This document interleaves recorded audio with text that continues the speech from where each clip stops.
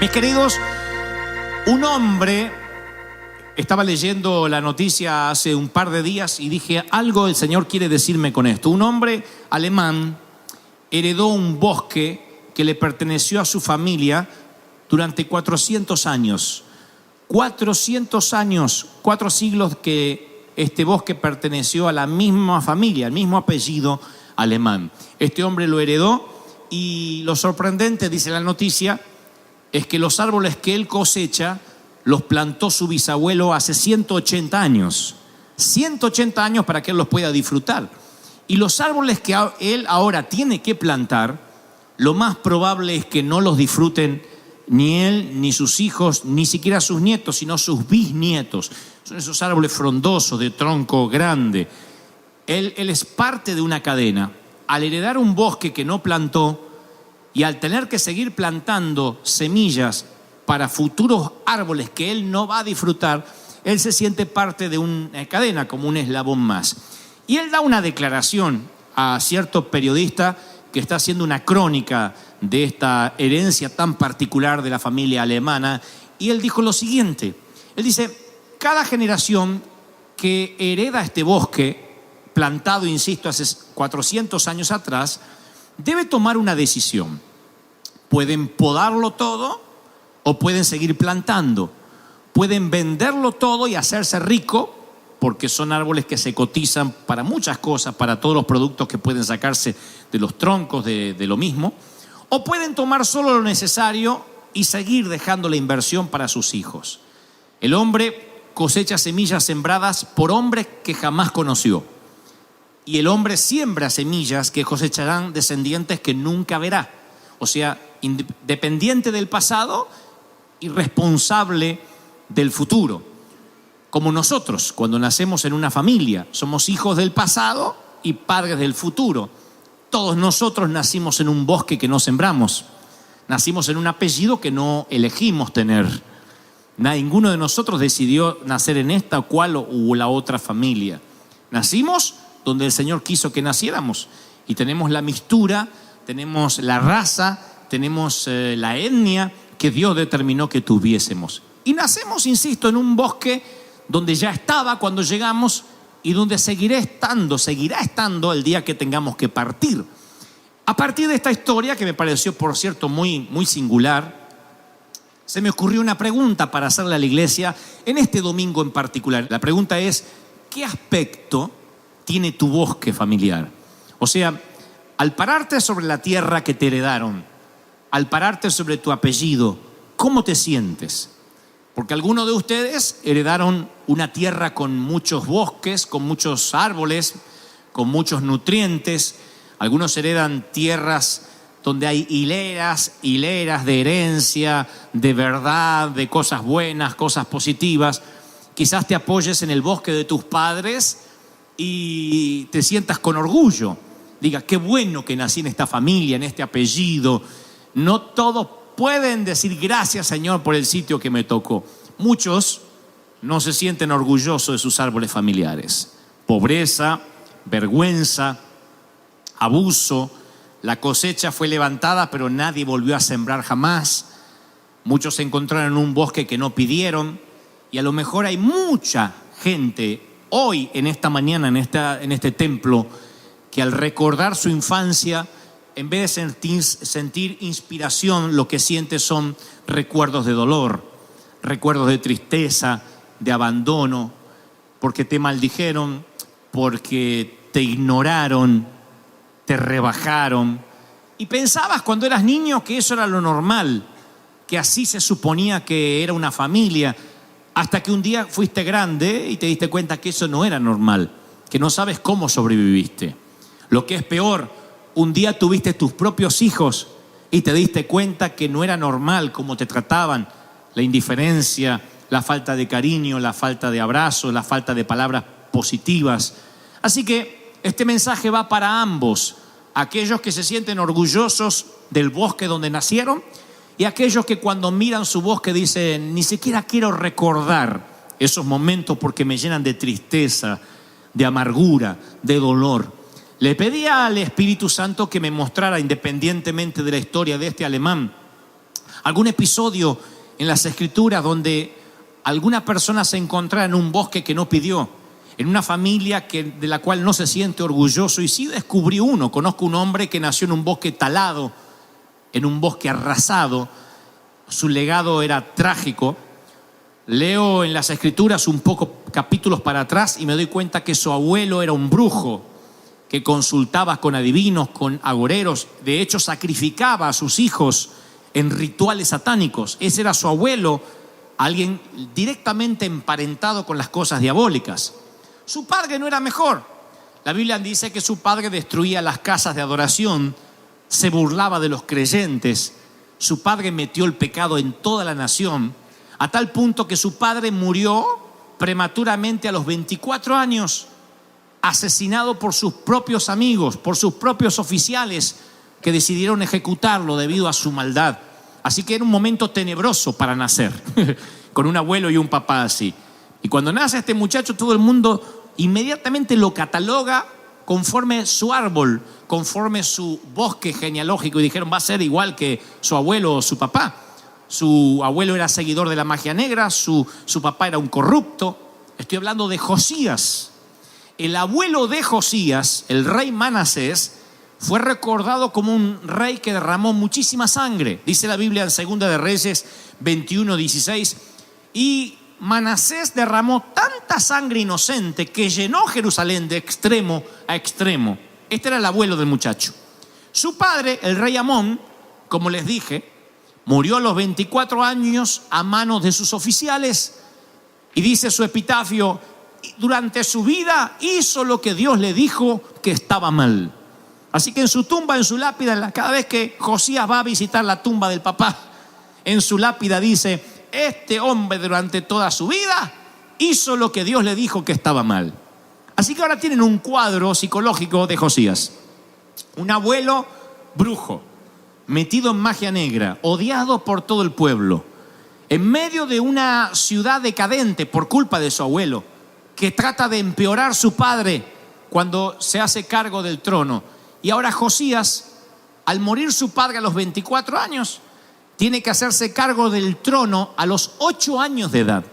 Dice la Biblia que tenía 8 años, un nenito de 8 añitos. Tiene que hacerse cargo de una corona que estaba deslúcida, de un trono que estaba frágil, y tiene que cambiar la tendencia de la nación. Tiene que imprimirle a un niño de 8 años un nuevo cauce al país, a la época. E hizo tal cambio Josías. Ustedes dicen, pero con 8 años y con ese bosque familiar, sí. Hizo tantos cambios en su reinado hasta que ya era un adolescente, un joven y un adulto, que 2600 años después todavía los estamos recordando, el rey Josías.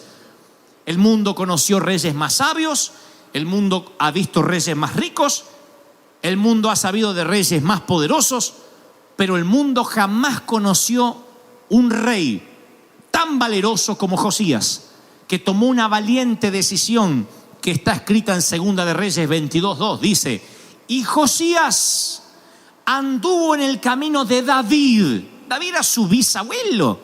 David, sin apartarse a derecha ni a izquierda. Anduvo en el camino de David, sin apartarse ni a derecha ni a izquierda. Ahora présteme atención. El muchacho hereda una corona frágil, deslúcida. El templo está en desorden, la ley se había perdido. Así que el muchacho empieza a hojear en su álbum familiar hasta encontrar un antepasado digno para imitar. Mira porque todas las crónicas de los reyes estaban escritas en papiros, en rollos. Todas las decisiones de los reyes, todo lo que los monarcas hacían quedaba escrita a través justamente de los escribas. Así que él empieza a buscar en su álbum familiar a ver si puede imitar al padre. Dice: mirá la que se mandó el viejo. Esta no puedo. Esta menos. Mira al viejo, y el viejo era un desastre. Así que se va más atrás. Dice: voy a tratar de imitar a mi abuelo. Cuando se encuentra con el abuelo dice: ay, qué nene que era el abuelo, Dios mío. Un vago el abuelo. Borracho, brujo, sinvergüenza, mujeriego. Así que dice: ¿a quién voy a imitar? Y entonces tiene que saltear al padre, tiene que saltear al abuelo e irse más atrás todavía hasta que encuentra a David. Y descubren las crónicas que David, que era su tatara o quién sabe, abuelo por allá, Cuando descubre a David dice, voy a tratar de imitarlo a él, porque las crónicas decían que David tenía un corazón conforme al del Señor. O sea, saltea todo lo que no le conviene y trata de buscar en su álbum familiar alguien a quien emular, alguien a quien imitar. Tú no puedes elegir a tus padres, pero puedes elegir a tus mentores. ¿Me están siguiendo, sí o no? Tú no puedes elegir en qué familia nacer, pero puedes elegir a qué familia espiritual pertenecer. Tú no puedes decidir qué apellido tener, pero sí puedes decidir tener un apellido celestial con un ADN que es más fuerte que el ADN que circula por tu sangre, por tus genes, que es el ADN que te da el Señor y el Espíritu Santo. ¿Están de acuerdo con eso, sí o no? Ahora, no podemos elegir a nuestros padres, pero sí podemos elegir a nuestros mentores. Sigo leyendo la Biblia y ahora les comparto 3 secretos que le van a volar la cabeza literalmente. Oigan esto. Sigo leyendo la Biblia y dice, la gente, durante el reinado de Josías, claro, la gente derribó los altares de los Baales según las directivas de Josías. Josías destruyó los altares de incienso, despedazó las imágenes de los dioses paganos de Acera, etc. Las redujo a polvo. Sigo leyendo y dice, y quemó los huesos de los falsos sacerdotes. Sigo leyendo y descubro, y derribó los altares paganos por toda la tierra de Israel. Veo un Josías que dice, no voy a abrazar lo que me enseñaron mis padres, rechazo todo lo malo que haya en mi sangre y elijo a quién me quiero parecer. Elijo quién va a ser mi mentor. Y cuando tenía que tomar una decisión pensaba, ¿qué haría David en mi lugar? Nunca pensaba qué haría mi viejo en mi lugar. Nunca pensaba qué haría mi abuelo en mi lugar. Decía, ¿qué haría David en mi lugar? Y veo que cuando Josías comienza su reinado, dice, y Josías servía al Dios de David, el Dios de aquel abuelo, el Dios que tuvo David. Pero al terminar casi el reinado Josías, que ya era un hombre, no era un hombre muy viejo, a los 26 años de edad, él restaura el templo y la Biblia dice, y en el año 18 de su reinado, cuando ya había limpiado la tierra y la casa, envió que repararan la casa del Señor, su Dios. Ya no era el Dios de David. Ahora el Dios de David se había transformado en su Dios. ¿Me siguen hasta ahí, sí o no? Él empezó a servir al Dios de David porque nació en un momento donde nadie conocía a Dios. Se habían olvidado de las leyes. Pero de pronto, cuando él descubre que en su linaje, en su bosque, hubo un hombre llamado David que hizo las cosas bien, por consecuencia descubre al Dios de ese hombre que hizo las cosas bien. Y dice, no solo voy a imitar a David, sino al Dios que él tenía. Y al empezar a imitar a David, el Dios que tenía David se transforma en su Dios también. Y los milagros que Dios hizo en su abuelo David, ahora empiezan a ocurrirle a él. Y la Biblia dice, y él sirvió a su Dios, se transformó en su Dios personal y privado. Y a partir de ahí él dice, no, hay que volver el pueblo hacia Dios, hay que redireccionar la nación. Aquí está todo escrito, cómo debemos estar. Y echa a los brujos, y echa las cosas malas, y trae una limpieza a toda la nación. Ahí es cuando Josías descubre que él no nació en ese bosque familiar por accidente. Nació para cambiar el rumbo de su apellido y lo que es más, el rumbo de la nación. ¿No será esa la razón por la cual tienes el apellido que tienes? ¿No será esa la razón por la cual naciste en la familia que naciste, en la nación y en el país que naciste, con el papá que tuviste o que no tuviste? ¿No será que en lugar de maldecir el bosque talado en el que te tocó nacer, será que Dios te puso ahí para que a partir de ti las cosas empiecen a cambiar en tu apellido y digan, no hubo nadie bueno en los Gebel hasta Dante, pero a partir de ahí todo cambió y sus hijos y sus nietos y sus bisnietos comenzaron a servir a Dios porque se volvieron al Dios verdadero? ¿No será que eso quiere Dios? ¿Cuántos dicen amén? Entonces, cuando uno piensa, ¿y a dónde voy a buscar yo para parecerme? Les voy a regalar el primer principio. ¿Quieren recibirlo, sí o no? Escuchen este principio que está dicho por Jesús en el Evangelio de Juan 3:6. Juan 3:6 dice, la vida humana, oigan, la vida humana nace del hombre, mientras que la vida espiritual nace del Espíritu. ¿Me siguieron, sí o no? Lo diré otra vez. La vida humana nace del hombre, mientras que la vida espiritual nace del Espíritu. ¿Qué dice la Escritura? Que tus padres te pudieron haber dado los genes, pero Dios te dio una gracia especial que revierte esos genes. La Escritura dice que tus padres fueron responsables de tu cuerpo, pero Dios es responsable de tu alma. Y que cuando buscas en tu árbol, en tu bosque, alguien a quien imitar y no encuentras a nadie y no tienes un buen modelo, tienes que buscar en el ADN de Dios, que sobrepasa cualquier ADN negativo de tu bosque familiar. Si no tienes a quien imitar, tienes que buscar un mentor. Alguien que diga, no seremos la misma sangre, pero somos el mismo espíritu. Porque el hombre hace que nazca la vida humana, pero el Espíritu Santo hace que nazca la vida espiritual. Lo que estaba dentro tuyo. ¿Cuántos creen esto? Dígame amén. Así que nadie diga, es que yo estoy condenado, el que nació pa' perro muere caniche. No diga esas cosas. Porque dentro tuyo hay un gen, hay un ADN diferente. Tu padre creó las galaxias. Tu padre fue el que acomodó el cosmos en su lugar, el que niveló las montañas. Tu padre metió los océanos en los cauces. Esa es tu familia real. Eso corre por tus venas. Cuando entiendes eso, no importa dónde naciste. ¿Me están siguiendo, sí o no? Segundo principio que nace de esta historia es el principio de los genes latentes, que está confirmado y corroborado médicamente. Todos nosotros tenemos genes, algunos se activan y otros quedan allí por años. Mal valga la comparación, es como los virus, como las enfermedades. Si tuviste una enfermedad cuando niño, esa enfermedad a veces queda un virus de forma pasiva alojada en tu cuerpo.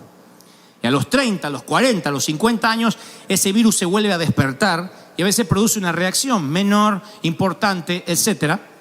Y tú dices, pero si yo esto ya lo sufrí cuando niño. Sí, pero el gen latente quedó allí oculto en algún lugar del cuerpo y se vuelve a despertar.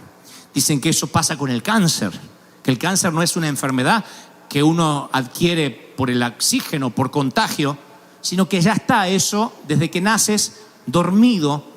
Y hay que orar de que no se despierte, porque cuando se despierta y sale a la luz, es como que eso que estaba allí de forma pasiva ahora forma una parte activa y produce el cáncer.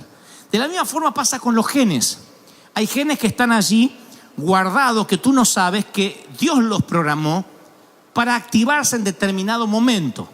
Se me llena el corazón al pensar que cuando nosotros nacemos en el Espíritu, hay genes que Dios coloca desde los cielos en tu interior y quedan allí guardados para que en algún momento ¡puc!, se activen y empieces a usarlos y digan, pero yo ni sabía que esto estaba en mí.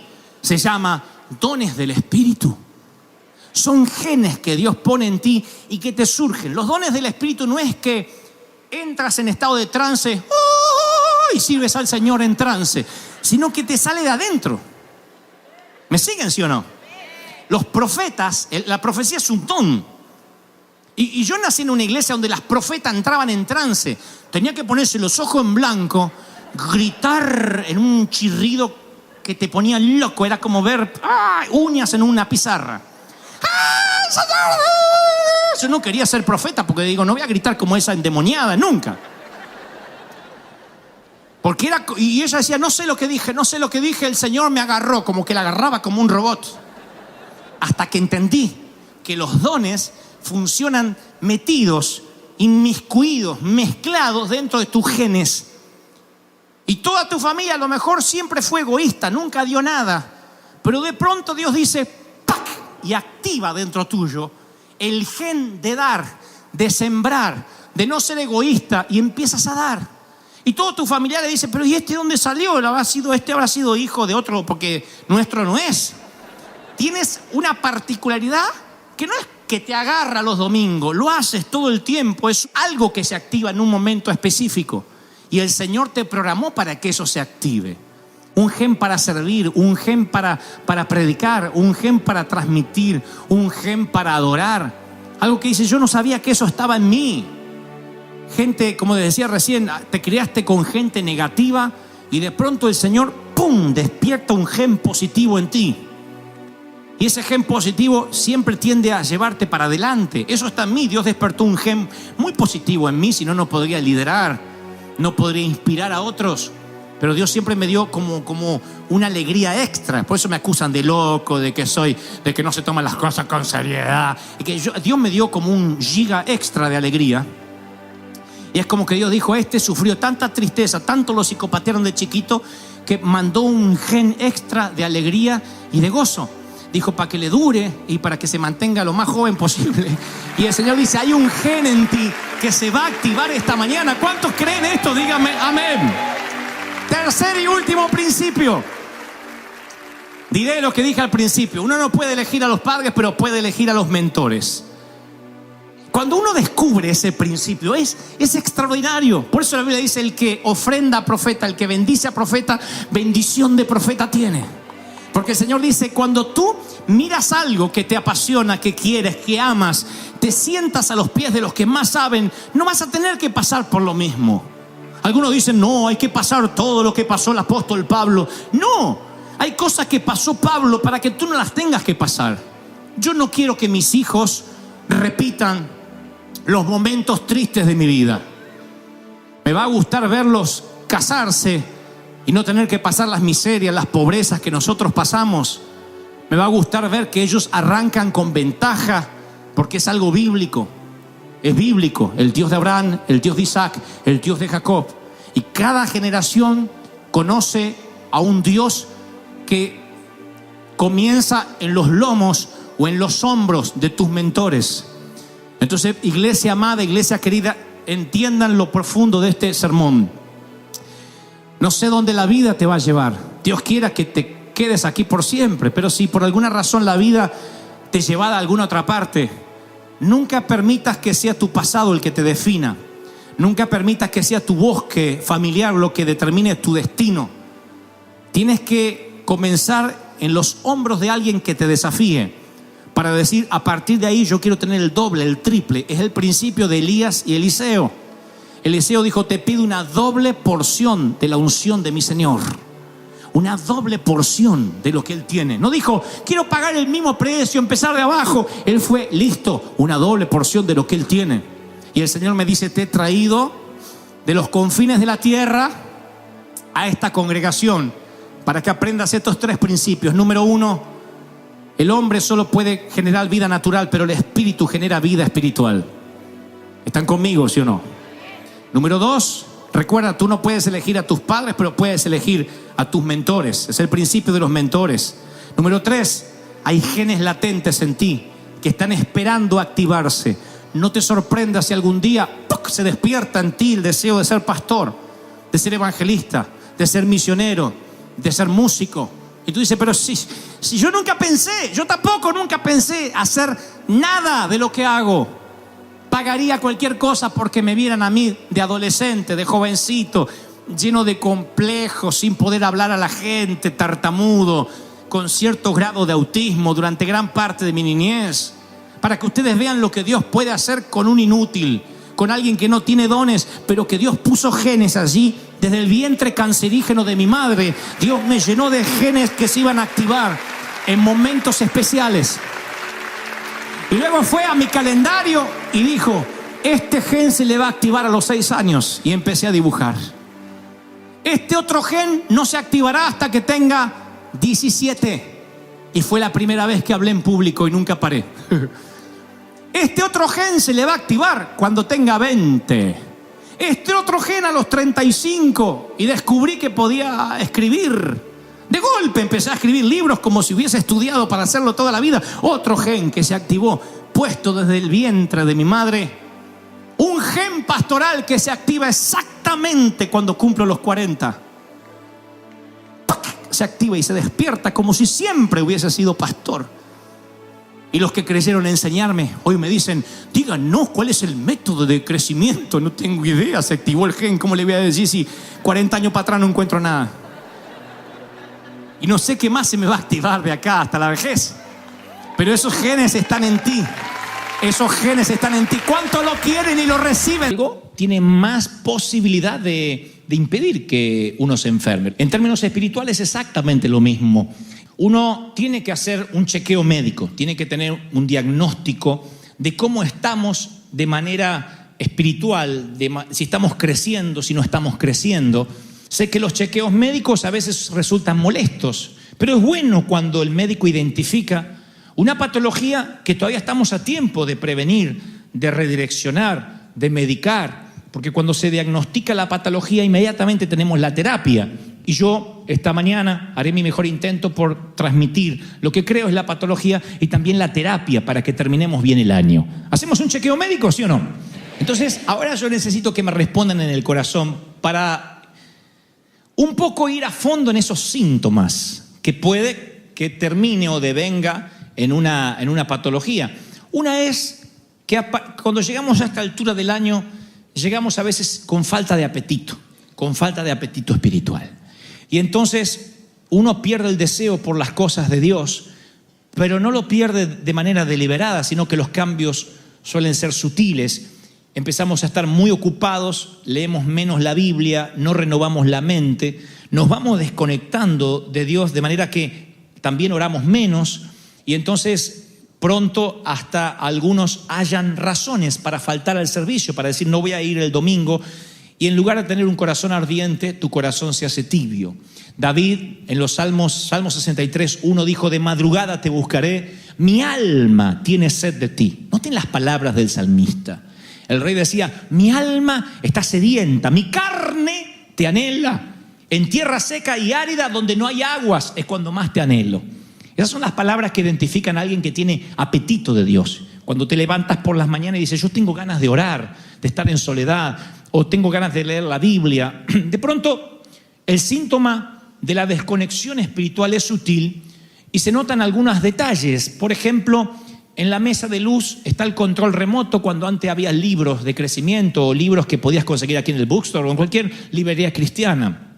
Antes la Biblia estaba a mano para leer un par de versículos, tratar de leer la escritura hasta que te daba sueño. Ahora lo primero que uno hace es encender el televisor. Noten que no estoy hablando de pecado y no pecado. Estoy hablando de aquello que te edifica y lo que no te edifica. Así como un médico que dice, no es que le estoy diciendo que la hamburguesa necesariamente lo va a llevar al ataúd, pero si usted come todos los días comida chatarra, lo más probable es que su hígado, su sistema digestivo no resista y usted tenga alguna consecuencia indefectiblemente en el corazón. Esto es exactamente igual. Entonces, lo primero que uno empieza a sentir es una fatiga a esta altura del año. La mente está tan cansada que se transmite al físico. Hay una fatiga física. Que ustedes dicen, bueno, una cosa es lo espiritual y otra cosa es lo físico. Pero la Biblia dice que somos tripartito, cuerpo, alma y espíritu. Y la fatiga del alma agota nuestra mente y agota nuestro cuerpo. Elías hizo llover fuego del cielo a través de Dios, o Dios, mejor dicho, a través de Elías, hace llover fuego del cielo, mata a 850 profetas de los Baales, y luego de semejante victoria, tiene tal fatiga, tiene tal cansancio, que una mujer dice, te voy a matar, y le agarra pánico y quiere morir. Luego de una gran victoria, él siente que se quiere morir, porque tiene una fatiga física, y la fatiga física es una de las más peligrosas cuando no podemos coordinar. Cuando no podemos pensar claramente, nos volvemos irascibles, tu carácter cambia, posiblemente tu cónyuge te diga, no sé por qué, pero tienes un carácter diferente al que tenías antes, te vuelves más intolerante, antes aguantabas el grito de los niños, aguantabas el llanto del bebé, ahora es como que te pone loco hasta que el televisor esté con alto volumen. Esos son señales, son síntomas de que algo no funciona espiritualmente bien en tu interior. No es que te estás poniendo viejo. Porque tú dices, bueno, me estoy poniendo grande. Sí, los gustos van cambiando. Pero si todos los que envejecemos nos volvemos intolerantes, de viejo no nos aguanta nadie, nos tiene que llevar el Señor a todos. No es que la vejez necesariamente venga con intolerancia. Al contrario, debiéramos ser más tolerantes, debiéramos ser más pacientes, debiéramos entender más. Por eso dicen por allí la frase que los abuelos tratan de hacer las cosas que no hicieron como padres. Porque uno como abuelo se vuelve más tolerante a esos nietecitos cuando éramos padres éramos más irascibles. Pero lo que trato de decir es que si de repente empiezas la semana mal, frustrado, frustrada, enojado, mal por enfrentar los días que te vienen por delante, lo más probable es que tengas el síntoma de un alma cansada, de que tu espíritu esté fatigado, de que esté aminanado, que esté contrito, que se vuelva más pequeño. Cuando el espíritu se vuelve pequeño, inmediatamente repercute en el físico. Y Satanás sabe eso, aprovecha el cansancio, y uno de los ataques más grandes que él trae a fin de año en cualquier parte del mundo es lo que se llama comúnmente como el ataque de la escasez. Nos metemos en gastos, en regalos, en comida, en celebraciones. Y van a ver ustedes que cuando llega a fin de año parece que todos los recursos se secan a la vez. Parece como que de repente los electrodomésticos dejan de andar, el auto se descompone, la casa pierde agua, sale agua por abajo, el inodoro se tapa, todo pasa junto. Pierdes el empleo, no te aumenta, no llega el bono. Parece que todo pasa junto. La gente vive estresada porque hay un ataque de escasez, de gastos, donde la gente dice: yo gasto, pongo la tarjeta y en enero Dios dirá. Una vez alguien dijo: vamos a reprender el espíritu de deuda. Y pasó un pastor y dijo: no reprendan, paguen. Las deudas no hay que reprenderlas, hay que pagarlas, hay que honrar las deudas, hay que afrontarlas. ¿No? Porque uno dice espíritu de deuda, y no, hasta que no pague el espíritu de deuda no se va. Entonces, a uno dice: no, es que el enemigo me está atacando con escasez. No, el enemigo aprovecha, número uno, la desconexión espiritual. Noten cómo es un efecto dominó. La desconexión espiritual tuya, el cansancio que tienes físico, y viene con lo que yo llamo un cambio de prioridades. O sea, al tener escasez, lo único que estás pensando es cómo vas a hacer para pagar. Y eso ocupa gran parte de tu mente. Es un cambio de prioridades. Ya no estás pensando en cómo vas a adorar a Dios, en si vas a leer la Biblia, sino cómo hago mañana para pagar. Mañana se vence. Entonces, cuando tú crees que el enemigo no hará algo peor, él, que nunca cambia su modus operandi, ahora viene con algo peor. Él te trae una oportunidad. Una oportunidad que no puedes desperdiciar porque estás así de deuda. Él te trae una buena oferta en el momento que más tapado de deuda estás, y esas buenas ofertas no siempre vienen de parte de Dios. Es así cuando familias enteras nos dicen: pastor, nos vamos a ir de la iglesia, nos sale un trabajo en Las Vegas. Pastor, me tengo que ir a un trabajo donde me piden que trabaje los domingos, así que no me voy a poder congregar más, pero bueno, tengo que salir de deudas. Es Dios que me está abriendo esta oportunidad, no es Dios. De pronto el diablo sabe que si te quitó, te desconectó de la congregación, te quitó de las prioridades, estás muerto. Es cuestión de tiempo, es una bomba de tiempo. Nadie que salga de la congregación, nadie que se desconecte de la iglesia puede sobrevivir aunque esté pagando las deudas. Es allí cuando tú dices: es que una oportunidad que me salió. El Satanás siempre hizo así. Todo esto te daré si postrado me adorares, le dijo el diablo en el momento más vulnerable del Señor, ahí en el desierto. Así que cuando estamos en el desierto siempre vienen esas oportunidades que a veces no son del Señor. Hay dos veces en la vida en que somos especialmente vulnerables a la tentación: cuando no tenemos nada y cuando lo tenemos todo. Para el Twitter.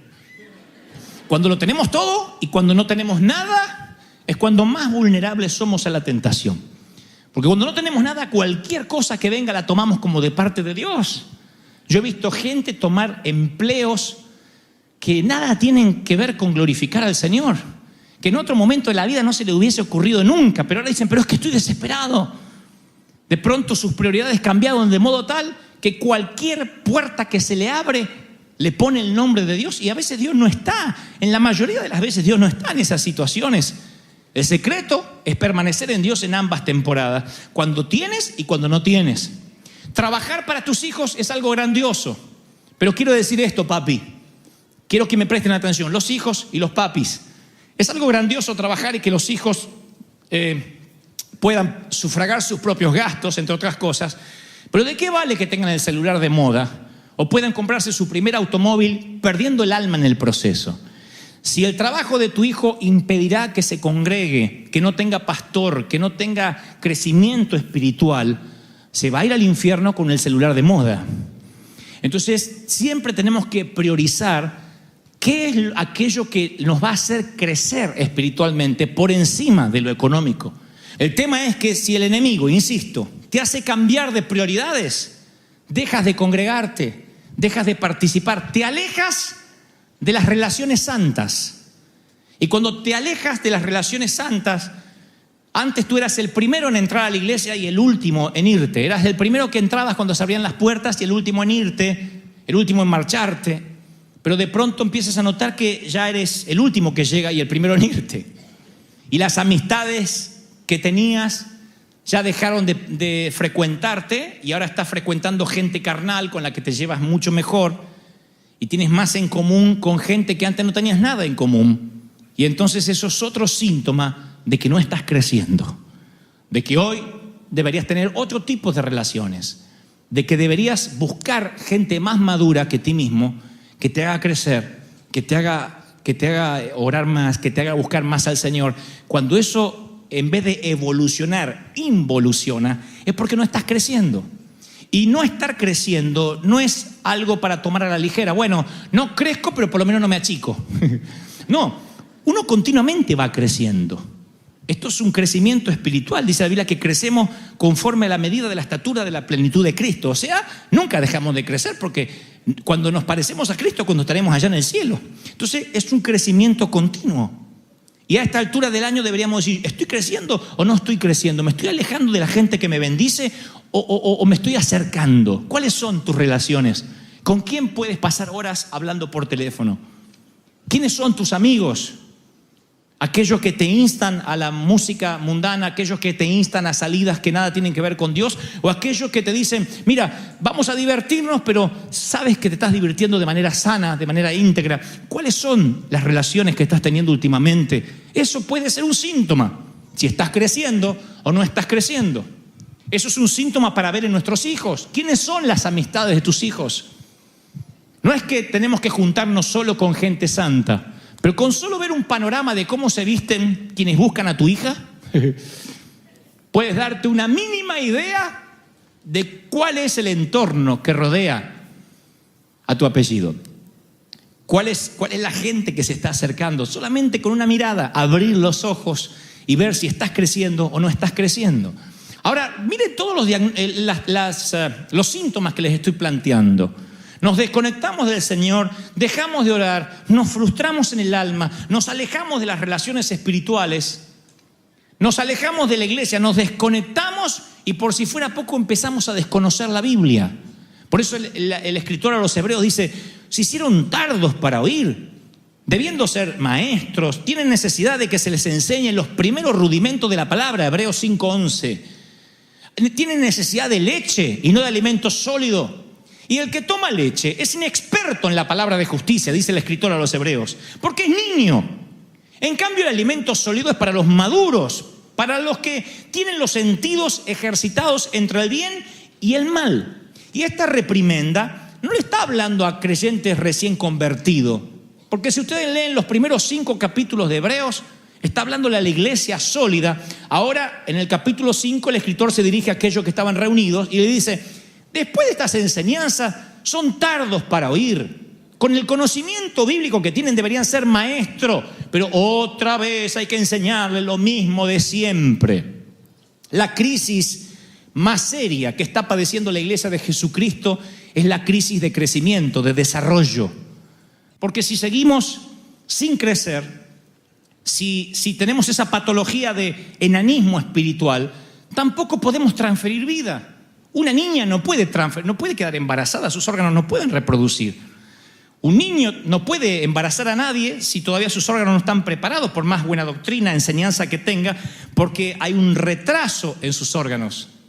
Y ustedes van a ver que las iglesias, en un momento, las congregaciones es como que toman leche, nunca se alimentan de algo sólido, se atrofian espiritualmente y no transfieren vida, no se multiplica la iglesia. El pastor no se reproduce en ovejas. ¿Cuándo van a ver un pastor pariendo ovejas? Las ovejas son las que tienen que parir ovejas. Las ovejas son las que multiplican. El pastor pastorea. ¿Sí o no? Esto incluye tu día cotidiano. Esto incluye salir por la mañana